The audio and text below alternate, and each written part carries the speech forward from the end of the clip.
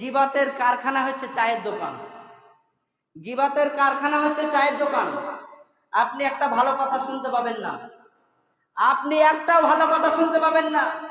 দেখবেন ওখানে ওখানে রাজনীতির কথা চলছে, ওখানে দেখবেন চারিদিকের কোন মেয়ে কোন ছেলেকে নিয়ে পালিয়ে গেছে, কোন বউ কার সঙ্গে চলে গেছে, কার কি হয়েছে, কার কি হয়েছে, কোন মৌলবি কার মানে কোন মৌলবি কোথায় পালিয়ে গেছে, কার দোষ খুঁজে বেড়াচ্ছে, শুধুই এগুলো হচ্ছে গীবাতের কারখানা।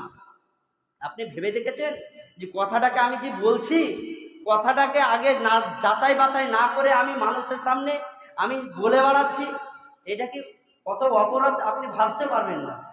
আল্লাহ তাবারক ওয়া তাআলা বলবেন যে আল্লাহ তাবারক ওয়া তাআলা বলবেন যে ওই ব্যক্তি মারা গেছে, আর ওই গীবতকারীকে বলবে যে তোমার নিজের